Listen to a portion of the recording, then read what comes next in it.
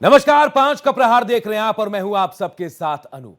बिहार, जहां चुनावी शोर के बीच शहर मात का खेल चल रहा है।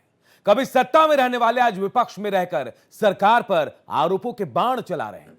लड़ाई एनडीए और इंडिया ब्लॉक यानी महागठबंधन के बीच है और इस लड़ाई में दोनों एक दूसरे को पटखनी देने में लगे हैं।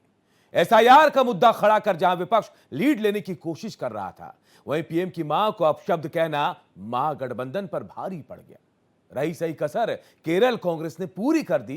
बीड़ी जलाकर केरल कांग्रेस ने बिहार की सियासत को ही सुलगा दिया। माफी माफी और माफी के बाद अब शायद तेजस्वी को एहसास हो गया कि इन मुद्दों से पार पाना मुश्किल है, तो वो फिर रोजगार, पलायन और अपराध का मुद्दा उठाने लगे। तो सवाल यही है कि बिहार की सियासी लड़ाई में क्या महागठबंधन बैकफुट पर है? क्या यही वजह है कि तेजस्वी अलग मुद्दों पर अब फोकस करने लगे हैं? बिहार चुनाव को लेकर छिड़े घमासान में मुद्दे लगातार बदल रहे हैं। एसआईआर, वोट चोरी का मुद्दा अब गौन हो गया है। अब लड़ाई विकास के मुद्दे पर आ गई है। आरजेडी एक बार फिर बिहार में विकास, पलायन, रोजगार और अपराध जैसे मुद्दों को लेकर बीजेपी और जेडीयू पर निशाना साध रही है। पहले लालू यादव ने पीएम मोदी पर निशाना साधा और सोशल मीडिया एक्स पर कहा, फैक्ट्री लगाएंगे गुजरात में और विक्ट्री चाहिए बिहार में। अब तेजस्वी ने विकास के मुद्दे को लेकर बीजेपी और जेडीयू पर निशाना साधा है। क्यों नहीं युवा आयोग की या डोमिसाइल की बातें करते थे? अब चुनाव आया तो तेजस्वी कह रहा है तो ये लोग कर रहे हैं। माई बहन अब इनको माई बहन पर इतना पेंशन बढ़ाने, मतलब 20 साल से 400 पेंशन था, कभी बढ़ाया नहीं था। तेजस्वी कह रहा है तो बढ़ा रहा है और उसी का कॉपी लोग माई बहन योजना का कर रहे हैं। फिर समीक्षा करेंगे, बेवकूफ किसको बना रहे हैं। वहीं बिहार में विकास और पलायन के मुद्दे को लेकर बीजेपी और जेडीयू ने लालू यादव और तेजस्वी पर जोरदार पलटवार किया है। बिहारियों को पलायन के लिए विवश करने वाले और बिहार को बर्बाद करने वाले अब अंतिम पायदान पर बैठे हैं और धृतराष्ट्र के रूप में अपने पुत्र मोह में फिर से बिहार में उन्माद पैदा कर सामाजिक सौहार्द तोड़ करके बिहार को बर्बाद करने का खेल अब बिहारी उनका नहीं सुनेगा। एक तरफ जहां बिहार की डबल इंजन की सरकार में सौगातों की बरसात हो रही है, तो वहीं पीएम मोदी 15 सितंबर को बिहार दौरे पर आने वाले हैं। इस दौरान पीएम बिहार के लोगों को एयरपोर्ट, नई रेल लाइन, नई वंदे भारत एक्सप्रेस के साथ कई बड़ी सौगातें देने वाले हैं। तो दूसरी तरफ तेजस्वी यादव महागठबंधन की एक नई रणनीति के तहत 15 सितंबर से ही एक बार फिर बिहार यात्रा पर निकलेंगे और महागठबंधन के पक्ष में माहौल बनाने की कोशिश करेंगे। इस तरह जैसे जैसे चुनाव करीब आएगा, सत्ता पक्ष और विपक्ष के बीच जुबानी जंग और तेज होगी। ऐसे में बड़ा सवाल यह है कि बिहार चुनाव में यह विकास का मुद्दा कितना असरदार होगा। Bureau report, Bharat express. तो बिहार में जैसे जैसे चुनाव नजदीक आ रहे हैं, मुद्दे बदल रहे हैं और इन्हीं मुद्दों की पड़ताल हम 5 की पड़ताल में करेंगे। और मेरे साथ मेहमानों का एक पैनल भी है। सबसे पहले परिचय करा दूं आप सबको। राहुल आनंद है, प्रवक्ता बिहार बीजेपी के।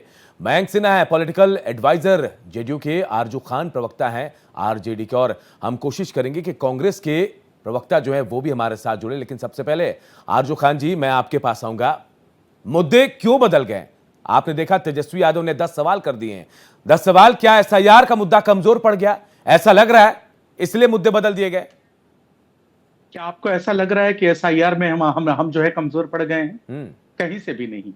हकीकत तो यह है कि जिस तरीके से एसआईआर का मुद्दा गरमाया, वोट के अधिकार का मुद्दा गरमाया, गरीब के वोट का अधिकार का मुद्दा गरमाया, भारतीय जनता पार्टी पूरे देश फ्रेम से आउट हो गई। इन्होंने प्रयोग किया और वो पहला प्रयोग इन्होंने किया कि 3 आतंकवादी बिहार प्रदेश में घुस चुके हैं नेपाल के बॉर्डर से। लेकिन ADG law and order Bihar के आते हैं और कहते हैं कि कोई भी 3 आतंकवादी बिहार में नहीं घुसे हैं। फिर इन्होंने एक नया कारनामा किया। इन्होंने कहा कि सचिवालय को बम से उड़ाने की साजिश रची गई है। भारतीय जनता पार्टी के नेताओं ने कहा, वो भी पता चला कि ये घिनौनी और छिछोरी आदत थी। तीसरा इन्होंने प्रयोग किया कि जब डिटेन कर लिया गया था अपराधी जिन्होंने आदरणीय नरेंद्र मोदी की मां को गाली दिया, उसके बाद भी इन्होंने आंदोलन किया और आंदोलन में जाते हैं सदाकत आश्रम। वो सदाकत आश्रम जो आदरणीय महात्मा गांधी जी के पद चिन्हों के लिए जाना जाता है, वहां पे गेट तोड़ते हैं। वहां पे खड़ी ट्रक का शीशा तोड़ते हैं, उससे दिल नहीं भरता है तो जो गरीब वंचित शोषित समाज से जो वहां कर्मचारी होते हैं उनके ऊपर जानलेवा हमला करते हैं। तो ये थे कहां, ये कहां थे? इन्होंने अपने आप को बनाने की कोशिश की, उसके बाद फिर इन्होंने आंदोलन किया। अभी कुछ दिन पहले 4 तारीख को बिहार बंद, और वो बिहार बंद पे मुंह की खानी पड़ी इनको। तो बिहार का जो है ना विपक्ष देश का मजबूत विपक्ष है, और इतना मजबूत है कि 400 वृद्धा पेंशन को बढ़ा के 500 करना चाहते थे। इन्होंने आनंद फानन में 400 से 11 किया, हमारी चोरी की इन्होंने। हमने कहा था 200 यूनिट हमारी बिजली फ्री रहेगी जब हमारी सरकार आएगी, तो 2025-20 के भी इलेक्शन में था, 2024 के भी मैनिफेस्टो में, वेबसाइट पे आप जाके देख लीजिए। आनंद फानन में आते हैं, हमारी दूरदृष्टि को चुराते हैं और 125 यूनिट फ्री करने का काम करते हैं। हमने कहा था, leader of opposition Tejashwi Prasad Yadav ने कहा था कि युवा आयोग का गठन कर देंगे, आनंद फानन में कर रहे हैं। अब तो ये चोरी करते हैं, कॉपी एडिट कट पेस्ट की सरकार है, और फिर भी आप कहते हैं कि हम घबरा गए हैं। घबराए ये लोग हैं, परसेप्शन की राजनीति ये करते हैं, अतीत में ये जाते हैं, गंदा इतिहास ये बताते हैं, जंगल राज की व्याख्या ये करते हैं। आखिर में इनकी मजबूरी क्या है? ये वर्तमान पे बात क्यों नहीं करते हैं? पलायन रोजगार पे बात क्यों नहीं करते हैं? हेल्थ सेक्टर पे बात क्यों नहीं करते हैं? इंफ्रास्ट्रक्चर पे बात क्यों नहीं करते हैं? नीति आयोग की रिपोर्ट पे बात क्यों नहीं करते हैं? निवेश पे बात क्यों नहीं करते हैं? हंगर इंडेक्स की बात क्यों नहीं करते हैं? नेशनल हेल्थ सर्वे की रिपोर्ट पे बात क्यों नहीं करते हैं? 3 करोड़ जो ई श्रम पोर्टल पे जो मजदूर पलायन करता है, जो ई श्रम पोर्टल पे भारत सरकार का डेटा है, उस पे बात क्यों नहीं करते? आरजू जी, मैं जितने सवाल आप उठा रहे हैं उनका जवाब भी लूंगा, और सवाल मेरे भी आपसे भी होंगे। मैं राहुल के पास आता हूं। राहुल आनंद, आपको क्या लगता है, मुद्दे बदल रहे हैं बिहार के? जिस तरह से आपने देखा एसआईआर का मुद्दा उठा पहले, उसके बाद आपने देखा मां को गाली दी गई प्रधानमंत्री की, उसके बाद मुद्दे चेंज हुए, उसके बाद रईसई का सर बीड़ी आ गई, और अब देखिए एक बार फिर रोजगार, पलायन, गरीबी, शिक्षा, स्वास्थ्य, ये मुद्दे तेजस्वी यादव उठा रहे हैं। मुद्दे बदलने के मायने क्या है? देखिए, निश्चित तौर पे बात करें अगर, तो जो बिहार की जो व्यवस्था है उसमें जो प्रयोग किया गया है, उसमें प्रयोग किया गया है बड़ा ही साफ तरीके से प्रयोग है, जो 2005 से 2025 तक के विकास की एक गाथा लिखी गई है। प्रयोग किया गया था कि जब 22,000 करोड़ की बजट से हमने 3,17,000 करोड़ के बजट पर लेकर आ गए बिहार को, ये एक अच्छा प्रयोग था। ये बात करते हैं हंगर इंडेक्स की, ये बात करते हैं स्वास्थ्य व्यवस्था की, लेकिन साथ ये भूल जाते हैं कि तीसरा स्थान है आयुष्मान कार्ड बनाने में हमारे बिहार का। ये बात करते हैं बिहार की व्यवस्था को लेकर, तो इनके शासनकाल में 500 रुपए प्रति महीना यानी कि मान के चलिए कि 500 रुपए, 12-50-60 होता है, यानी कि 6,000 ये वार्षिक पर व्यक्ति आय बताते थे। आज हम 60,000 पे लेकर गए हैं, तो निश्चित तौर पे ये देश में कम है, मैं इस चीज को स्वीकार करता हूं, लेकिन हमने स्थिति को बदला है, ये चीज मानना होगा। ये बात करते हैं इंफ्रा पे, इनके शासनकाल में तो इंफ्रा था ही नहीं। अब जो इंफ्रा का इस्तेमाल कर गए हैं ये दोनों लड़के, आपको 1300 किलोमीटर की जो यात्रा करके गए हैं, वो इंफ्रा किसका डेवलप किया गया है, सबसे पहली बात। दूसरी बात, ये बात करते हैं आईटी की, ये बात करते हैं उद्योग की। तो आईटी की अगर बात करें तो अभी तो पटना के अंदर 33 एकड़ में आईटी पार्क बिहटा में बनाया गया है। 110 एकड़ का आईटी और इलेक्ट्रॉनिक्स मैन्युफैक्चरिंग अब राजगीर में है, हब बनाने की बात की गई थी। अब 90,000 वर्ग फुट की अगर हम बात करें तो आईटी टावर प्रस्तावित किया गया है। फूड प्रोसेसिंग की बात होनी चाहिए, जूट पार्क की बात होनी चाहिए, पेट्रोलियम रिफाइन और उपरक की बात होनी चाहिए, लघु व हस्त शिल्प उद्योग की बात होनी चाहिए, कृषि आधारित और ग्राम उद्योग की बात होनी चाहिए, औद्योगिक जोन और क्लस्टर की भी बात होनी चाहिए। हाजीपुर पटना से बहुत दूर नहीं है, 15 किलोमीटर। गांधी सेतु पुल विश्व का दूसरा सबसे बड़ा पुल अगर आप पार करते हैं तो मात्र वहां जाने के बाद मुझे लगता है कि अगर नजर उठाकर देखा जाए तो 94 एकड़ में ब्रिटानिया, गोदरेज, एग्रोवेट, पेप्सिको जैसे उद्योग और सिपेट, खास करके सिपेट जैसे उद्योग संस्थाएं वहां लगी हुई है। गया इंटीग्रेटेड मैन्युफैक्चरिंग क्लस्टर की बात होनी चाहिए। देखिए, ये इस तरह की बातें बोल करना केवल भ्रम फैलाना चाहेंगे, क्योंकि इनके शासनकाल में अगर हम बात करें, ये बातें जो करते हैं, तो इन्होंने जो बिहार की स्थिति को बदहाल कर दी थी, उससे तो अच्छी स्थिति में जरूर लेकर आए हैं। और एक बात, जो ये बार सदाकत आश्रम की बातें करते हैं, मैं सम्मान करता हूं गांधी जी का, लेकिन 2014 से तो हमने संदेश दिया है कि छेड़ोगे तो छोड़ेंगे नहीं, ये तो पहले से तय है। 2014 से तो लगातार हमारी ये व्यवस्था आते चली है और लगातार हमने दिखाया है। ये उनको बातें करनी चाहिए। पहले तो ये लोग बैठते थे तो 5 करोड़ बोलते थे, अब 3 करोड़ कह रहे हैं, तो इसका मतलब 2 करोड़ घट तो गया। 7 निश्चय पार्ट 2 की अगर आप बात कीजिए तो उसके तहत अभी भी ई श्रम के पोर्टल पर चले जाइए तो राहुल जी, 10 लाख आरजू जी की मुस्कुराहट कह रही कि जवाब उनके पास है। मैं वापस आऊंगा आपके पास, ओपनिंग कमेंट भी लेना है। मयंक सिन्हा जी हमारे साथ हैं, हमारे साथ पॉलिटिकल एडवाइजर भी हैं। देखिए, मैं मयंक जी आपसे जानना चाहूंगा, बिहार की सियासी फिजा जो है बार बार बदल रही है। आपने देखा एसआईआर का विरोध 14-15 दिन तक पूरा रैली किया गया, रोड यात्रा की गई, पद यात्रा की गई, उसके बाद अचानक से पीएम मोदी की मां को गाली देने का मुद्दा और उसके बाद बीड़ी का मामला, और अब एक बार फिर आप देखिए मुद्दे बदल गए। तेजस्वी यादव 10 सवाल के जरिए सवाल उठा रहे हैं। बेरोजगारी, पलायन, अपराध, स्वास्थ्य, शिक्षा, क्या मुद्दे बदलते रहेंगे? जनता कंफ्यूज नहीं हो रही? यहां क्या है मुद्दे, असल मुद्दे क्या है? देखिए, जो तेजस्वी जी और राहुल जी यात्रा कर पाए, ये नीतीश कुमार जी की सौगात के चलते कर पाए। बिहार में जो चमचमाती सड़कें नीतीश कुमार जी ने बनाई है उसके चलते कर पाए, नहीं तो अपने पिताजी के शासनकाल में 1300 किलोमीटर की यात्रा शायद 5 साल में पूरा कर पाते। ठीक है, गड्ढों में सड़क था, गड्ढा का बिहार हमें मिला था और उसको हमने एक बहुत अच्छा बिहार आज बनाने का काम किया है। सबसे पहली बात, एसआईआर का कोई मुद्दा ही नहीं था। एसआईआर को इन्होंने झूठे प्रोपेगेंडे के हिसाब से पूरे बिहार में फैलाने का काम किया। कोई एक व्यक्ति जिसका वोट कटेगा वो चुनाव आयोग के पास जाएगा और अपना वोट जड़वाने का काम करेगा, ये तो सब कोई जानता है। लेकिन ये लोग उसको मिसयूज करके, लोगों को दिग्भ्रमित करके, क्योंकि आरजेडी का काम ही अराजकता फैलाना, और कांग्रेस उस प्रोपेगेंडा और अराजकता का 70 साल से शासन करते आई है। पिछले 17 साल से इसका यही वजूद रहा है। दूसरी सबसे बड़ी बात है कि जो आप आज रिवर्स माइग्रेशन हो रहा है बिहार में, तमाम आईटी पार्क्स बनाए जा रहे हैं। इनके शासनकाल में 3 मेडिकल कॉलेज थे सरकारी, आज हमारे शासनकाल में 13 मेडिकल कॉलेज है। 3 इंजीनियरिंग कॉलेज थे, हमारे पास 28 इंजीनियरिंग कॉलेज है सरकारी, जिसमें मात्र 10 रुपए में पढ़ाई हो रही है। और ये क्या बताएंगे अपनी उपलब्धिता? इनके राज्य में कभी बिजली था क्या? 800 मेगावाट बिजली का उत्पादन होता था 1990 से 2005 के बिहार में। आज 11,800 मेगावाट का बिजली उत्पादन बिहार है, और बिहार सरप्लस स्टेट है बिजली के उत्पादन में। तो इनकी उपयोगिता क्या करेंगे? हम लोग इनका चोरी करेंगे। चोरी वो करेंगे कि जहां पर बिजली ही नहीं था। तेजस्वी यादव का विजन क्या है? तेजस्वी यादव का विजन है कि वो खुद 9वीं फेल है, और वो क्या शिक्षा की बात करेंगे? जिन्होंने अपने टर्म में जो दो मुख्यमंत्री के रहते हुए जो व्यक्ति अपने पढ़ाई के ऊपर नहीं ध्यान दे पाया, जो व्यक्ति क्रिकेट में फिसड्डी रहा, जो हर प्रकार से फिसड्डी रहा, पूरे बिहार की जनता जिसको नकार चुकी है। खैर मयंक जी, पढ़ाई को हम इसलिए नहीं ला सकते हैं क्योंकि बहुत सारे राजनीतिक में ऐसे उदाहरण हैं जहां आप देखिएगा जो पढ़े लिखे नहीं है वो भी सत्ता पर काबिज होते हैं। मैं वापस आऊंगा आपके पास। राजकुमार पासवान, इंजीनियर राजकुमार पासवान हमारे साथ जुड़ गए, प्रवक्ता है कांग्रेस के। स्वागत है राजकुमार जी। राजकुमार जी, आपकी बीड़ी ने तो कमाल कर दिया। केरल से जली थी, बिहार को सुलगा दिया। माफी माफी माफी, उसके बाद मुद्दा बदल गया। राजकुमार जी।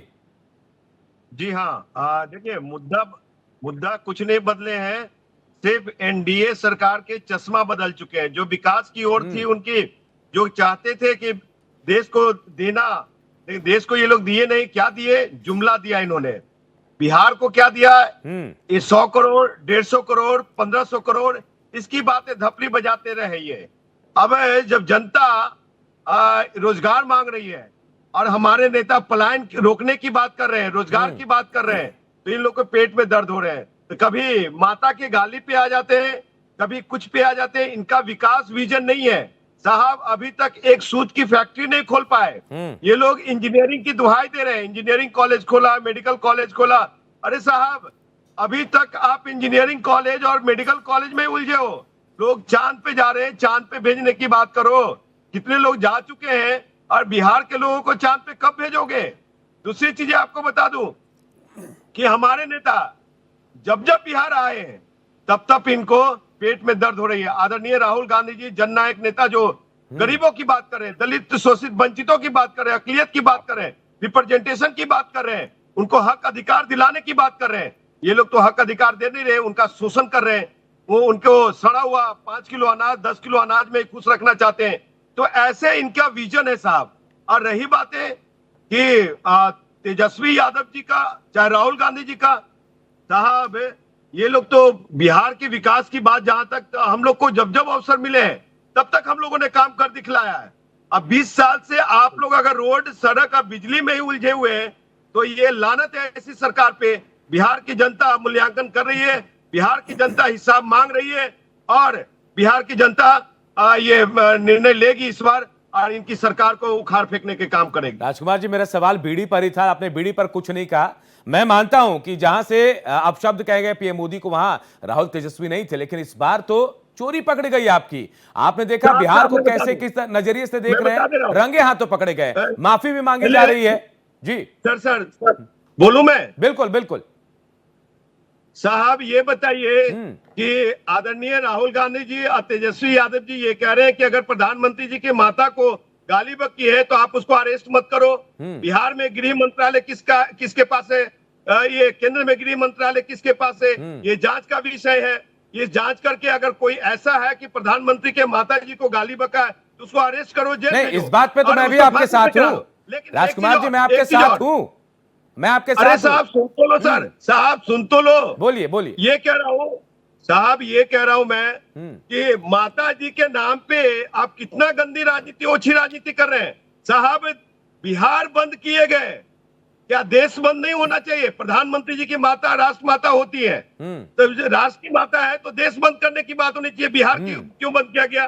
बिहार में भी प्रेग्नेंट लेडी को एम्बुलेंस में रोका गया, हॉस्पिटल बंद क्यों नहीं किया आपने? एक जज की गाड़ी को रोकी गई, आप हाईकोर्ट बंद क्यों नहीं किया? आपकी सत्ता है साहब। रेलवे लाइन को क्यों नहीं रोका गया? रेल को रोका जाना चाहिए था, रेलवे जाम किया जाना चाहिए था। तो साहब सारे चीज, थानेदार आपका, ये सिपाही आपका, चोर आपका, और फिर भी आप हाथ पे हाथ रख के बैठे हुए। सिर्फ राहुल गांधी, तेजस्वी यादव ये कोसने से क्या होगा? ओछी राजनीति करना बंद कीजिए और बिहार की विकास के लिए पलायन जो हो रहा है उसको रोकने का काम कीजिए।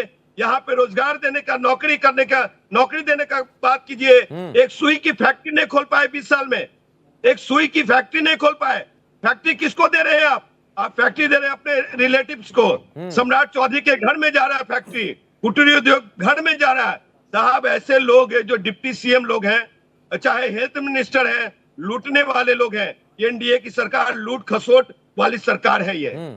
मैं राहुल भी यही है। मैं आरजू जी आपके पास आऊंगा, राहुल से सवाल कर लेते। राहुल आनंद, बहुत सारे सवाल हो गए, राजकुमार जी ने बहुत सारे सवाल उठा लिए। ओछी राजनीति कर रहे हैं आप, ये सबसे बड़ा सवाल आपके ऊपर उठा है। देखिए, इसका संदेश तो कांग्रेस ने अपने मंच से दे ही दिया है कि किस तरह से ओछी मानसिकता किया गया था जब गाली दी गई थी महागठबंधन के मंच से। और आज जो ये कह रहे हैं कि इनको शर्म आ रही है कि बीड़ी और बिहार का जो एक प्रसंग उठा था उसके लिए माफी मांग रहे हैं, तो उस समय इन्होंने माफी क्यों नहीं मांग लिया था? और जो ये आज बातें कर रहे हैं कि बिहार बंद करने के लिए, रेल बंद करने के लिए, पोर्ट बंद करने के लिए, उद्योग बंद करने के लिए, तो मुझे लगता है ना कि ये अपने आप को अपडेट नहीं करते हैं। नोकिया फोन भी मार्केट से इसीलिए आउटडेट हो गया था क्योंकि उन्होंने समय के साथ अपने आप में परिवर्तन नहीं किया। लेकिन दुर्भाग्य की बात यह है कि मैं जब भी बैठता हूं आपके साथ और मैं कांग्रेसियों को इस चीज को समझाता हूं, लेकिन एक कहावत है, काला अक्षर भैंस बराबर, और दूसरी कहावत है कि हाथ कंगन को वारसी क्या, पढ़े लिखे को फारसी क्या।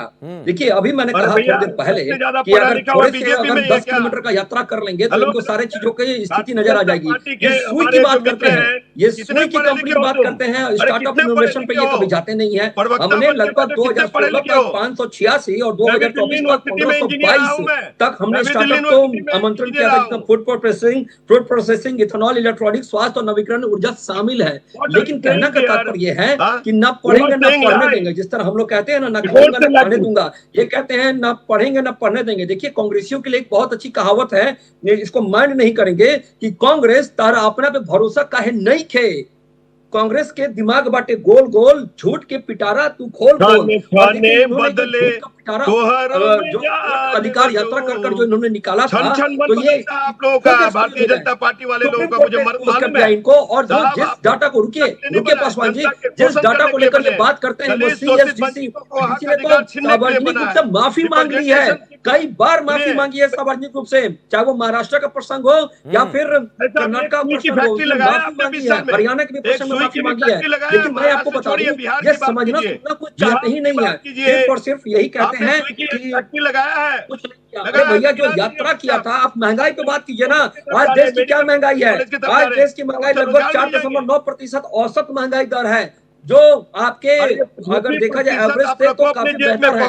लेकिन आप समझने को तैयार नहीं है। आपने जब छोड़ा था देश का सत्ता तो डबल डिजिट में था, 12% पे आप थे। आज देखिए महंगाई दर क्या है। और जो लगातार चीजों को हम बताते हैं और लोगों के बीच में जाते हैं, जनता विकास की यात्रा में सम्मिलित होगी हमारे साथ, जनता विकास को वोट देगी।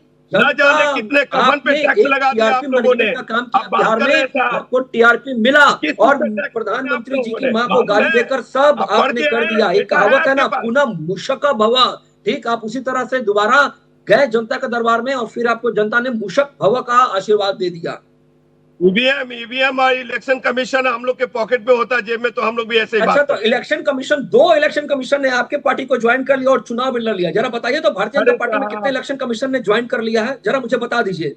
देखिए, चीजें बड़ा स्पष्ट है। अगर जितना मेहनत सड़क पे किया जा रहा था, उतना मेहनत अगर आप अपने लोगों को जुड़ने में करते तो शायद आज आप बहस करने में, आज भैया आप हमारे भाइयों साथ सार्थक कोतवाल रूप तो से फिर तार्किक बातें डरकाए करते। का। लेकिन आप उन सब चीजों से बड़ा भैया दूर हो भाइयों चुके हैं, कोतवाल तो फिर विषय से डरकाए विचलित का। हो चुके हैं। और थानेदार भी आपके अपना, पास विषय चोर नहीं भी है, अपना, तभी तो सिपाही तेजस्वी भी यादव अपना, जी फिर भी कह रहे हैं कि पटना राहुल मरीन जी के ड्राइव पे आदमी ने डांस माता कर जी रहे को गाली थे, बका। और वो विकास ये किसका मिथ्या देन है? झूठ वो बोलना किसका बंद देन करें है आप विकास? लोग। वो जगमगाता विकास कब किसका तक झूठ देन है? बोलते वो रहेंगे? एनडीए का देन है। कहिए कि अरे साहब, कांग्रेस ने जुमला बना पे दिया था, जुमला, कहिए कि जुमला पे आरजेडी ने जुमला, बना कितना दिया था। जुमला दोगे? भैया 100 करोड़, विकास 98 है, करोड़, 120 तय करोड़, किया है। कितने हमारी करोड़ यूएसपी है, लोग? हमारी ये यूएसपी है बिहार की जनता डेवलपमेंट। ने देखा और जो है, आप फूड समझा सेफ्टी, है, आप जो जाना बात कर है। रहे थे 5 आप किलो झूठ अनाज के बोलना बारे में, बंद उसके करें। बारे आप में लोग सुनिए। भारतीय जनता पार्टी लोग अपना 2014 में दुकानदारी आपने एक चलाना बिल बंद लाया करें। था, food safety act, food safety act, उस बिल को जरा पढ़िएगा चलिए, ध्यान से। मैं रोकूंगा आप उसमें दोनों लिखा को। गया था कि आप दोनों 75% एक दूसरे ग्रामीण के साथ क्षेत्र बहस में कर रहे हैं, और बहुत सारे और 25% मेहमान भी शहरी हैं। क्षेत्र में आपको मैं 5 किलो अनाज राहुल मैंडेटरी रूप आनंद, से देना इंजीनियर होगा। राजकुमार ये पासवान, कांग्रेस आप का दोनों लाया को हुआ रोकता है। हूं।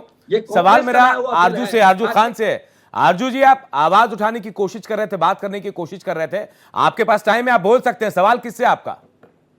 मैं दोनों के जवाब दूंगा। पहले मैं दोनों का जवाब दूंगा जी।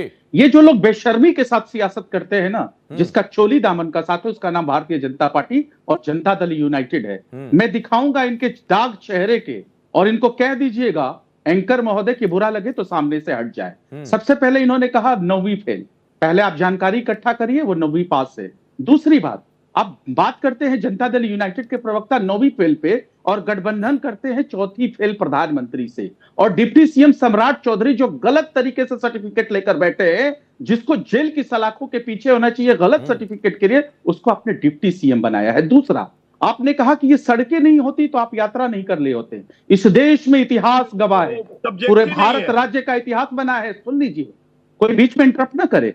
पूरे भारत देश में आपने एक नजीर बनाया है कि अगर कहीं पुल पुलिया आम के टपकने से भी ज्यादा अगर गिरता है तो वो बिहार प्रदेश है। ये मुबारक हो आपको, ये इतिहास बनाया है। और वो सुल्तानगंज दिगवारा का पुल का क्या हुआ, जो 10 सालों में 3 बार, आज भी निर्माणाधीन है, 3 बार गिर चुके, 50,000 करोड़ के लागत से बने हुए, 3 बार गिराया। ये एसपी सिंगला कंस्ट्रक्शन कौन था भाई? ये रिश्ता क्या कहलाता है? बड़े बड़े पुल पुलिया करप्शन करते हो। आपने जिस मरीन ड्राइव की बात की, आपने एक और का बात किया, जहां जब उद्घाटन होते उसके महज 3 दिन के बाद किलोमीटर में दरारें आती हैं, तो आपने इतिहास रचा है। दूसरी बात, आप कह रहे थे कि यहां बहुत सारी चीजें हैं। मैं आपके ऑन कैमरा में जानना चाहता हूं इन लोगों से, इन प्रवक्ताओं से जो बेशर्म सियासत करते हैं, फूड प्रोसेसिंग यूनिट के कितनी फैक्ट्री लगी हैं? टेक्सटाइल पार्क बिहार से आके अदर राज्य में क्यों चला गया? गिरिराज सिंह क्या कर रहे थे? जख मरा रहे थे। तीसरा, आप 20 सालों से डबल इंजन की सरकार करते हो। पटना यूनिवर्सिटी को आप केंद्रीय यूनिवर्सिटी का दर्जा नहीं दे सकते हो, शर्म नहीं आती है? आप बताते हो ग्रोथ रेट, और मैं आपके साथ यकीन से कह रहा हूं जो भारत सरकार का डेटा है, राष्ट्रीय जनता दल का डेटा नहीं है। किस सूचकांक में आप 1 नंबर पे हो, थोड़ा बता दो। मैं बताता हूं, हर सूचकांक में डबल इंजन की खटारा सरकार में बिहार पिछड़ेपन में नंबर 1 है। यह है आपकी हकीकत। और आप कहते हो कि कितना मेगावाट बिजली देते हैं। आप यकीन करिए एंकर महोदय कि बिहार ऐसा पहला राज्य था पूरे राज्यों में से जहां सबसे ज्यादा बिजली दर यूनिट थी। इन्होंने बिहारियों के, गरीब बिहारियों के अस्मिता के साथ खिलवाड़ किया है। और जब हमारी चीजें थी, आनंद फानंद में 200 यूनिट फ्री करने की बात करते थे, तो इन्होंने 125 यूनिट फ्री करके उसको किसी तरह पल्ला झाड़ा है। ये इनकी हकीकत है। मैं उस नीति आयोग की रिपोर्ट पे आ जाता हूं जो भारतीय जनता पार्टी का नहीं, भारत सरकार का जो डेटा है, कहता है 85,000 लोग बिहार में जिनकी आमदनी 5,000 5,500 रुपए के बीच में है। और देश की अगर जीडीपी ग्रोथ रेट बताते हो और बिहार प्रदेश की बताते हो, तो आप बताओ कि 85,000 लोगों की आमदनियां इतनी कम क्यों है, और 85 करोड़ लोगों को आप 5 किलो राशन क्यों देते हो? ये झूठ कौन बोल रहा है? ये भ्रम कौन फैला रहा है? अंडरवेट बच्चा क्यों पैदा होता है? आप बताओ ना। ये सारी चीजों का सवाल तो क्योंकि फोलिक एसिड की कमी है। महिलाएं सबसे ज्यादा बिहार की जवाब ले लेते हैं। मुद्दे पे बात करो ना। बिल्कुल जवाब लेते हैं आरजू जी, मुद्दे आपने उठाए, जवाब भी लेते हैं। और इनका प्यार, इनका एक छोटा सा सर, इन्होंने कहा कि हम गांधी जी से प्यार करते हैं। अरे हमको मालूम है आप गोडसे की महिमा मंडन करते हो। महात्मा गांधी को पूजना आपकी कमजोरी है, आपकी लाचारी है। इसलिए बिहार प्रदेश में आरएसएस का कोटा लागू है। ये कौन जवाब देगा? कौन जवाब देगा? नेशनल दामाद आयोग में आरएसएस का कोटा हो गया। ये आरएसएस वाले लोग गांधी की बात करेंगे, गोडसे की महिमा मंडन करने वाले गांधी की बात करेंगे। शर्म नहीं आती है? हर सूचकांक में आरजू जी अब सवाल लेते हैं। मैंने टाइम दिया आपको, टाइम दिया। आरजू जी आप जवाब ले लेते हैं। अगर मयंक सिन्हा जी मेरे साथ जुड़े हुए हैं, पॉलिटिकल एडवाइजर जेडीयू के हैं, तो मैं उनसे ही कहूंगा कि बहुत सारे सवाल हैं। सरकार भी उनके, चलिए फिलहाल वो नहीं है, लेकिन मैं राहुल आनंद सवाल आपसे भी है, क्योंकि सरकार में आप हैं। सवालों की झड़ी से भाग गए वो। मैंने कहा था ना मैं दाग दिखाऊंगा चेहरे की, भाग लिए वो। अब बताइए, इनसे सवाल कर लीजिए। राहुल जी जवाब दे दीजिए, बहुत सारे सवाल है जी बिल्कुल। देखिए निश्चित मोदी जी की डिग्री, मोदी जी की डिग्री, सम्राट चौधरी की डिग्री, उसके बाद देश कि मैंने पूर्व में क्या कहा था। सुनिए, मैं आपको सब चीज बताता हूँ, एक एक करके बताता हूँ। आपने जितने सवाल किए हैं सबके जवाब दूंगा मैं। मैंने पहले ही शुरुआती चर्चा में कहा था कि 2014 में फूड सेफ्टी बिल लाई गई थी कांग्रेस के द्वारा, जिसमें 75 और 25% की मैंने बात की थी। शायद आपने ध्यान से सुना नहीं, क्योंकि मनवा अगर आलोचक होगा तो मनवा वो बताइए कितने फूड प्रोसेसिंग यूनिट बने। अब आपने कहा कि कहां कितने उद्योग लगे हैं। मैं उद्योग का नाम बता रहा हूँ आरजू भाई, उद्योग का नाम बता रहा हूँ। सबसे पहले शुरू करते हैं बिहार से। दूसरे राज्यों में मैं शुरू कर रहा हूँ ना, फिर आप बोलेंगे तो फिर कैसे होगा। मैं मेरे प्रश्न का उत्तर ले लीजिए। सबसे पहले देखते हैं IT tower Patna, 90,000 square feet में आईटी पार्क भेजा। आप भी देखोगे 33 एकड़ में विकसित है इलेक्ट्रॉनिक्स मैन्युफैक्चरिंग क्लस्टर। राजगीर 110 एकड़ में software technology park of India, STPI centre Patna, Bhagalpur, Darbhanga. अब आपने कंपनियों के नाम पूछे, मैं कंपनी के नाम बताते हैं। लिमिटेड, हाजीपुर वैशाली, कितना दूर है? Biscuit dairy project, PepsiCo Hajipur, food व beverage processing, Godrej agrovet limited Hajipur. मैं बताता हूं, Parle products, Bihar service, Jagannath industry Motihari, मक्का आधारित प्रसंस्करण। आगे सुनिए, mega food park Motihari Muzaffarpur क्षेत्र, फल सब्जी लीची मक्का आदि का processing. Keventer agro limited Muzaffarpur, फलों का प्रसंस्करण। अब बात करते हैं कृषि आधारित उद्योग की। लीची प्रोसेसिंग मुजफ्फरपुर, आम प्रसंस्करण यूनिट आम प्रसंस्करण यूनिट भागलपुर, मक्का आधारित स्टार्टअप पूर्णिया कटिहार, मखाना प्रोसेसिंग यूनिट दरभंगा मधुबनी। अब आते हैं टेक्सटाइल और हस्तशिल्प में। सुनिए तो सही, भागलपुर शिल्प उद्योग, इस श्रम पोर्टल पे 3 करोड़ से ज्यादा मधुबनी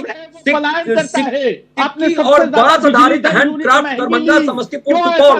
मैंने इतने सारे नाम बता दिए और आपने मुझसे एक झूठ बोलिएगा, नेशनल टीवी पे झूठ बोलोगे। देखिए बिल्कुल सही है, बात बिल्कुल सही है कि अगर आप चीजों को समझेंगे तत्वों को जानेंगे। अगर जो आरजेडी की जो यूएसपी है हल्ला बोल, तो उसमें आप अग्रणीय है। झूठ मत बोलिए, झूठ मत बोलिए। ये बताइए पिछड़े बंदे नंबर क्यों? लेकिन अगर तार्किक बात करेंगे तो मैंने आपको पूरे लिस्ट गिना दिए कि कहां हमने उद्योग लगाए हैं।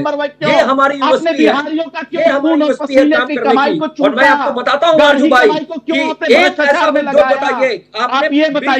आप ये बताइए पहले शराब मुझे बताइए एक ऐसा उद्योग। आप केंद्र सरकार के डाटा को मानते हैं तो फिर राज्य सरकार के डाटा को क्यों नहीं मानते हैं? आप क्यों नहीं मानते हैं? केंद्र सरकार का डाटा इसलिए मानते हैं कि आलोचना करने का आपको अपना मिलता है, नजर आता है, लेकिन आप अच्छी चीजों को क्यों नहीं करते हैं? इतिहास में कहावत भी है। इसका जवाब दीजिए इसका जवाब। और बहस करने के लिए विवेक की आवश्यकता होती है। बिहार में ये शराब कौन पीता है साहब? शराब कौन पीता है बिहार में? आप तो डिबेट बना रहे हैं। ये चूहा पीता है ना, चुप रहने के लिए वो चूहा ही दिखा दीजिए। हिम्मत तो वो चूहा दिखाइए। आप इतिहास पलट के देखेंगे तो बहुत सारी शराब भी लाखों लीटर पी जाता है, सीखा जाता है और वर्तमान को सुधारने का प्रयास किया जाता है। आप लोग कह रहे थे ना, आप लोग कह रहे थे मोदी जी के 42 नंबर सीट वाले का, इसीलिए मेरे दोस्त मेरे भाई हमेशा आपके साथ रहूंगा। फैलाते हैं, आप झूठ की राजनीति करते हो, आप चुनावी गिद्ध हो। झुकेंगे नहीं, ये स्पष्ट है। हम झुकेंगे नहीं, ये हमारी ताकत है और हम विकास तय करेंगे। ये हमारी राहुल जी, आरजू जी, आप दोनों को रोकूंगा। मयंक जी भी हमारे साथ जुड़ गए। मयंक जी, बहुत सारे सवाल आरजू जी ने उठाए थे और सवाल इसलिए भी आपसे क्योंकि सरकार आपकी है, आप एडवाइजर हैं, पॉलिटिकल एडवाइजर हैं। आरजू, आप सवाल कर सकते हैं मयंक सिन्हा से। जी मैंने पूछा, मैं उसी चीज को फिर मैं दोहराऊं। मैं जानना चाहता हूं, डबल इंजन की सरकार 20 सालों से बिहार प्रदेश में है, करने के ग्रोथ लिए नहीं रेट होता है बताकर ना। कन्नी मत काटिए। ये बताइए कि बिहार हर सूचकांक में पिछड़ेपन में नंबर 1 क्यों?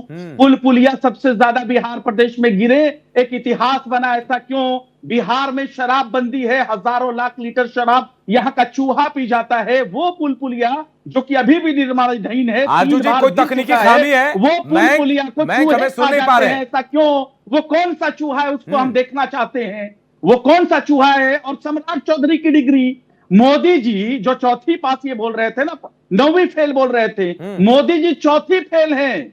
उनकी डिग्री कोई नहीं देख सकता क्योंकि फर्जी है, तो उनको जेल के अंदर होना चाहिए। चले और जवाब जो ले लेते हैं 12 की आरजू। डिग्री जो लिया है आरजू खान सम्राट जवाब ले चौधरी, लेते हैं, वो थोड़ा भी थोड़ा फर्जी इंतजार डिग्री, करते उनको हैं, जेल के अंदर थोड़ा होना इंतजार चाहिए। करते हैं आरजू डिप्टी जी, सीएम क्यों जवाब बनाया? लेते हैं। क्यों बैंक जी डिप्टी अगर सीएम सवाल सुन बनाया? पाए आप तो उसे जवाब दीजिए। चौथी फेल प्रधानमंत्री बहुत के सारे साथ सवाल गठबंधन इकट्ठे आ गए क्यों आपके किया? ऊपर। देखिए जिसकी शुरू से राजनीति झूठ पे रही है, 70 सालों से जिसने झूठ करते हुए देश के ऊपर हुकूमत करने का काम किया है, और जिस पार्टी का चरित्र, चाल और चेहरा ही बिल्कुल भ्रष्टाचार में ये सवाल का जो प्रश्न जो पूछ रहे हैं, पहले अपने पार्टी में जाके अपने नेता के बारे में जान ले कि उनके नेता का किस तरह का व्यवहार रहा है। और अशोक चौधरी और डिप्टी सीएम विजय सिन्हा क्यों लड़ रहे थे? माननीय न्यायालय ने बोला किस है, चीज के पैसे के बंटवारा पे लड़ रहे थे? 2-2 बार लोगों के अंदर लड़ाइयां हुई। बताइए कौन से बंटवारे पे लेकर लड़ाइयां हो रही थी? अरे ये रिश्ता क्या कहलाता है? ये रिश्ता क्या कहलाता है? पुल पुलिया क्यों करप्शन किए? पुल पुलिया बिहार में क्यों आपने नजीर बना दिया, देश में उदाहरण बना दिया गिरने का? ये चूहा कौन है जो पुल खा जाता है? ये चूहा कौन है जो जो शराब जाता है, आरजू जी, हजारों लाख लीटर में पी जाता है? ये भ्रष्टाचार बताइए ना। मैं इस तरह की सुन डिबेट लीजिए में नहीं आरजू रहता। जी, जवाब दे रहे हैं। घोटाले के बारे में अगर बताइए, कहीं सृजन घोटाले के अगर बारे कहीं में आपत्ति बताइए। होगी आरजू जी, आप टोकिएगा। मुजफ्फरपुर राजेश जी भी मौजूद है, राजकुमार जी भी मौजूद है। आरजू जी सुनिए, जवाब सुन लीजिए। इस तरह का डिबेट कराने का है तो आप मयंक सिन्हा जी, आप मैं नहीं इस तरह के डिबेट में मयंक सिन्हा जी, आप अपनी बात रख सकते हैं, नहीं, रखिए। नहीं, की लड़ाई वाला मैं काम नहीं करता। वो बोले या तो मुझे बोलने दे। मयंक सिन्हा जी आप बोलिए। आरजू, गुजारिश है मेरी, थोड़ा सुन लीजिए, उसके बाद मौका आपके पास भी है। इस तरह का मैं डिबेट नहीं करता। चलिए मयंक जी बोलिए, बोलिए मयंक जी, बोलिए बोलिए मयंक जी। ये लड़ाई वाला काम नहीं करता मैं। मयंक जी बताइए बताइए, बोलिए। हाँ, तो जिस प्रकार से 70 साल से कांग्रेस पार्टी का जो रहा है, उन्होंने क्या किया भाई? किसके लिए किया? पारिवारिक पार्टी, परिवार के लिए, परिवार के ही लोगों को आगे बढ़ाने का काम किया। और इनको कभी इनको ये विश्वास नहीं होता है और कभी ये नहीं चाहते हैं कि देश का कोई तीसरा आदमी देश का प्रधानमंत्री बने। इनको सबसे बड़ी तकलीफ इसी बात की है कि मेरा खानदान, मेरा परिवार, मेरा ही सब कुछ देश के ऊपर हो। जैसे लगता है कि देश इनके बाबूजी की बकौती है। लेकिन माननीय प्रधानमंत्री ने जिस प्रकार से इतिहास रचने का काम किया है, उसी प्रकार से उस कांग्रेसियों को पेट में दर्द होता है, क्योंकि तीसरा व्यक्ति भारत के संविधान को संवार रहा है, भारत के संविधान को आगे बढ़ा रहा है, लोगों के जन कल्याण के मुद्दा, जन कल्याण नीतियों को आगे रख रहा है, सब चीज स्थापित कर रहा है देश में। जिस तरह की व्यवस्था थी हमारे शासनकाल में, एक भी भ्रष्टाचार का कोई केस हमारे किसी मंत्री के ऊपर नहीं है, भारत सरकार के ऊपर। इनके ऊपर 2G, 3G, 4G, 5G सब जी इन्हीं के ऊपर है। कोयला घोटाला, ठीक है, सारा स्कैम। लालू यादव के ऊपर क्या स्कैम है? चारा घोटाला, 900 करोड़ से ऊपर का घोटाला, जमीन के बदले नौकरी घोटाला, लैंड स्कैम, IRCTC घोटाला। मैं घोटाला गिनवाऊंगा ना तो 15 साल के शासनकाल का पूरा घोटाला ही घोटाला है। हमारे नीतीश कुमार जी के बोलना कुछ भी आप बोलिए, लेकिन कोई प्रूफ करके दिखाइए कि नीतीश कुमार जी के शासनकाल में एक भी घोटाला हुआ हो, एक भी किसी मंत्री के ऊपर कोई केस हुआ हो, तो नीतीश कुमार तुरंत उस व्यक्ति से इस्तीफा करवाते हैं। लालू यादव की तरह नहीं कि अपहरण का उद्योग, इनके साले साहब ने खुद बोला कि लालू यादव खुद अपहरण करवाते थे और लालू यादव फिरौती की रकम को वसूलने का काम करते थे। जो लालू जी के दरबार से पूरा बिहार शर्मसार था, बिहार की महिलाएं शर्मसार थी, बिहार की बेटियों का चिरहरण करते थे लालू यादव सरेआम, इनके पार्टी के गुंडे और कार्यकर्ता। ये क्या बोलेंगे? डिग्री, अरे तेजस्वी यादव खुद फेल है, 9वीं पास नहीं है, क्या कहे तो देख के दिखाए। और राजनीति में डिग्री पिछड़े बताओ, रहने के सम्राट बाद चौधरी की बावजूद डिग्री बताओ, हिम्मत प्रधानमंत्री है? को बोलने की हिम्मत इनकी है, औकात दिखाओगे कैसे है? डिग्री? देश के प्रधानमंत्री हिम्मत है, हैं डिग्री और दिखाओगे? हिम्मत है, डिग्री न्यायालय दिखाओगे? ने बोला है अरे ये कि कौन है जो उनके नकली डिग्री दवा का बेचने का कारोबार जो करता है है, जो कि आपके अधिकार नहीं आपके है। सरकार का तो आप मंत्री है? न्यायालय कौन को, आप है? संविधान और कौन न्यायालय किसने को नकली दवा का आप कारोबार चुनौती करता देने का है? काम कर रहे हैं। जो हिम्मत व्यक्ति निकालिए संविधान पर उसको, विश्वास नहीं एक करता है, राउंड जिसको गोलियां भारतीय चलाता है, न्यायालय के अनंत ऊपर सिंह उसके विश्वास नहीं है, बेटे को और भारतीय उसको संविधान टिकट के देते ऊपर हो, विश्वास नहीं है, बात करते वो हो आप। आरजू खान ऐसे सम्राट प्रवक्ता चौधरी कौन है? जिनको कौन है कुछ नहीं सम्राट मालूम चौधरी? होता है, आके बकौती करते हैं केवल। अपने शासन काल में जब वहां पर न बिजली की व्यवस्था थी, न स्वास्थ्य की व्यवस्था थी, न किसी प्रकार का कोई बिहार में कुछ था। आज बिहार का विकास दर सबसे तेजी से आगे बढ़ने वाला विकास है। आज जहाँ पहले पुल था ही कहाँ, पुल कहाँ था भाई? पुल तो थे ही नहीं, पुल पुलिया का निर्माण नहीं था, गंगा पर एक पुल थे। आज हमारे पास 13 पुल है। इस विकास की इस रफ्तार में जो बिहार आगे बढ़ रहा है, 70 साल में एक एयरपोर्ट था, आज हमारे पास 5 एयरपोर्ट है। तो इस प्रकार से बिहार को आगे बढ़ाने का काम हमारे नेता ने किया है। आज राजगीर स्पोर्ट्स कॉम्प्लेक्स का काम करने का काम किया है। बिहार में आज खेल का एक नया उद्योग स्थापित हो रहा है। और बिहार जो महंग जी, migrate कर महंग रहे जी, हैं, ये जो महंग कर जी, रहे हैं, आप इनके शासन काल में माइग्रेशन हुआ है। चलिए, हमारे आप आपने भी शासन काल सवाल में उठा reverse दिए migration और हुआ है, सबसे ज्यादा क्योंकि सवाल हमने कांग्रेस राज्य को उठे में थे। नया इंजीनियर स्थापित राजकुमार करने का काम पासवान है। किया। ये क्या राजकुमार जी बनेंगे? 70 साल गिना दिए पहले जाके आपके। अपने 15 साल का महंग जी ने इतिहास 70 देख ले, साल गिना दिए लालू सबसे यादव के ज्यादा। शासनकाल का, आपने फिर वहां पे आके आपकी चुनौती सरकार बोले। रही, देना चाहूंगा लेकिन सर। सवाल आप पे उठ रहे हैं। जवाब देना चाहूंगा। बिहार को शर्मसार करने मैं का जवाब काम देना किया। बोल चाहूंगा। करके बिहार ये को लोग बदनाम फर्जी करने का नकली कांग्रेस दवा बनाने उनको वाला बोलने का अधिकार मंत्री कहाँ है? है। बिहार के इनके बिहार के सरकार लोग में के नकली दवा इन्होंने बनाने पूरे वाला बिहार मंत्री को, है। राजकुमार जी आप भ्रष्टाचार का ये लोग पूरक बन चुके हैं। सम्मान कर रहा आपको हूँ। बता मैं दो एक कि साथ राजनीति की पुल शुरुआत पुल की है, घोटाला किस लेकिन तरह से राजकुमार जी होता है, थोड़ा बिहार थोड़ा में सा पुलिया सुनने का घोटाला टेस्ट किस तरह से होता है, जो 100 करोड़ का टेंडर है उसको 250 करोड़ पे ले जाते हैं ये लोग, ये घोटाला है। मैं आपको बता दूं, सुनिए, एम्बुलेंस घोटाला, महंग जी, एम्बुलेंस घोटाला, महंग जी, गुजारिश है आपसे, आप सुन लीजिए। इंजीनियर नीतीश कुमार जी ने लगाम लगाने का काम किया। इंजीनियर राजकुमार पासवान जवाब दे रहे महंग जी। सुनिए, 70 साल का हिसाब मांगा था, मैं चाहूंगा कि हिसाब दे। इंजीनियर साहब हिसाब दीजिए। महंग जी पूछ रहे हैं जी। ना कभी सत्ता में आएंगे, ना इनका कभी ये सपना फिर मैं रिपीट कर रहा हूँ, ये लोग जो बार बार 70 साल की जो महंग जी सुनते हैं, सुन लीजिए महंग जी, सुन लीजिए, थोड़ा धैर्य रखिए महंग जी, घोटाला किया, सुन लीजिए महंग जी, सुनिए। जेडीयू के राज में घोटाला कैसे हो रहे हैं, लूट खसोट कैसे हो रहे हैं। जो प्रोजेक्ट 100 करोड़ का है उसको 150-250 करोड़ पे ले जाते हैं, ये घोटाला है। एम्बुलेंस घोटाला जग जाहिर है, एम्बुलेंस घोटाला जग जाहिर है। सारा पैसा पार्टी फंड में लाए जाते हैं इनके। मैं बोल रहा हूँ, अब देखिए दर्द होना शुरू हो गया, दर्द होना शुरू हो गया इनको। आप भी अनपढ़ वाली आपको बात बता कर रहे हैं, दो, आप तो पढ़े लिखे व्यक्ति हैं, वो आप तो बिल्डिंग पढ़े लिखे सम्मानित व्यक्ति हैं। इंजीनियरिंग कॉलेज है, आपने मेडिकल दिल्ली कॉलेज यूनिवर्सिटी में बनाएंगे, पढ़ाई किया है, वो आपने दिल्ली बिल्डिंग से यूनिवर्सिटी में इंजीनियरिंग पढ़ाई कॉलेज किया। है, हमारी मेडिकल राजनीति, कॉलेज आपकी राजनीति बनाएंगे, की शुरुआत वो एक 100 साथ हुई करोड़ है। का है, और हम तो लोग उसे 250 करोड़ पे आपके ले जाया व्यक्तित्व को गया। जानते ये हैं, आप घोटाला कहाँ गलत नीतीश जगह फंस सरकार गए में हैं है, कांग्रेस में जाके। और इनके मंत्री चलिए, मैं तो सही आदमी परसेंटेज आपके। मंत्री महंग जी, होते हैं। फंस गए। महंग जी, भ्रष्टाचारी राजकुमार लोग हैं। पासवान जी, आप जब दोनों को बोलेंगे क्या रोकूंगा साहब? क्योंकि राहुल आनंद जो मुद्दे तेजस्वी यादव ने उठाए हैं, चाहे वो रोजगार का हो, पलायन का हो, तमाम मुद्दे, क्या ये मुद्दे बिहार में नहीं है? क्योंकि आज दुनिया भर में, आपकी जगह भारत भर में ज्यादातर लोग जो काम करने वाले मिलेंगे आपको, ऑटो चलाने वाले तमाम, जो बिहार से सबसे ज्यादा लोग आते हैं, पलायन है। इस बात को मानते नहीं आप? देखिए, आरजेडी अक्सर एक बात वो कहती है, मैं आरजेडी की बात पे आता हूँ। आरजेडी एक बात बहुत अच्छा बोलती है कि हमने 10 लाख लोगों को रोजगार दिया है। यानी ये मानते हैं कि 10 लाख लोगों को रोजगार आरजेडी ने नहीं दिया है, तभी तो इस तरह की स्थिति है। ये मानते हैं इस चीज को। और दूसरी सबसे बड़ी बात मैं आपको बताऊं कि देखिए, एक होता है राजनीति करने का तरीका, एक होता है अराजकता का इंजीनियरिंग करके राजनीति करना। जो तेजस्वी यादव जी जो बात कर रहे हैं और या फिर राहुल गांधी जी जो बात कर रहे हैं, वो एक अराजकता के क्लास जब पढ़ा हुआ वो इंजीनियरिंग है, जिसका वो विषय को सबके सामने रखते हैं। देखिए, निश्चित तौर पे बिहार की बदलती स्थिति, मैं मानता हूं कि बिहार हमारे पिछड़े राज्य में सम्मिलित है, लेकिन बिहार विकासशील है, इसकी भी तो चर्चा होनी चाहिए। बिहार का विकास दर अगर देखिएगा आर्थिक रूप से, तो झारखंड से और बंगाल से निकालकर अगर आर्थिक स्तर पर देखें तो 14.45 है, जबकि झारखंड का आपको 10 से 12% है और बंगाल भी उससे कम है। हम अगर उससे अच्छी स्थिति में, उत्तर प्रदेश से भी हम ज्यादा है। लेकिन ये चीजें क्या है कि ये समझना नहीं चाहते हैं, सुनना नहीं चाहते हैं, देखना नहीं चाहते हैं। नहीं, लेकिन राहुल आनंद, एक बात का आप जवाब दीजिए, पलायन है या नहीं? आप मानते हैं कि भारी मात्रा में पलायन है क्योंकि रोजगार नहीं है? मानते हैं आप इस बात को? पलायन पहले था, अब पलायन की स्थिति कम हुई है। चलिए, अब मैं आंकड़े आपको गिना देता हूं राहुल जी। आपके एसआईआर में जो आंकड़े आए हैं, आपने देखे? ये लोग, इतने लोग चले गए, 21 लाख से ज्यादा लोग हैं जो चले गए यहां से। कहां गए? ये आपके आंकड़े हैं, ये कहां गए? सवाल यही है।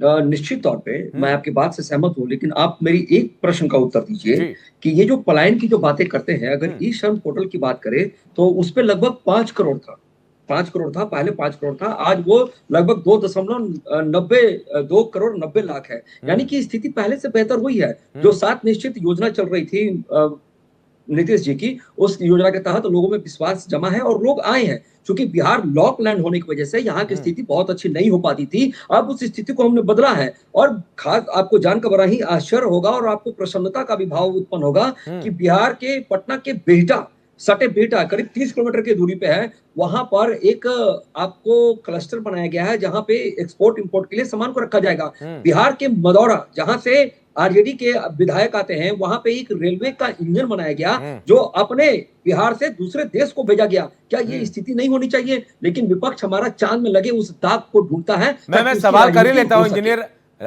हम मेरे साथ है राजकुमार पासवान, प्रवक्ता कांग्रेस के। राजकुमार जी, मैंने सवाल तो कर लिया कि क्या पलायन नहीं है? जो आंकड़े एसआईआर के सामने आए हैं वो लोग कहां गए, ये सवाल था। लेकिन ये कह रहे कि लॉकलैंड है, इस वजह से बहुत कुछ नहीं हो सकता है।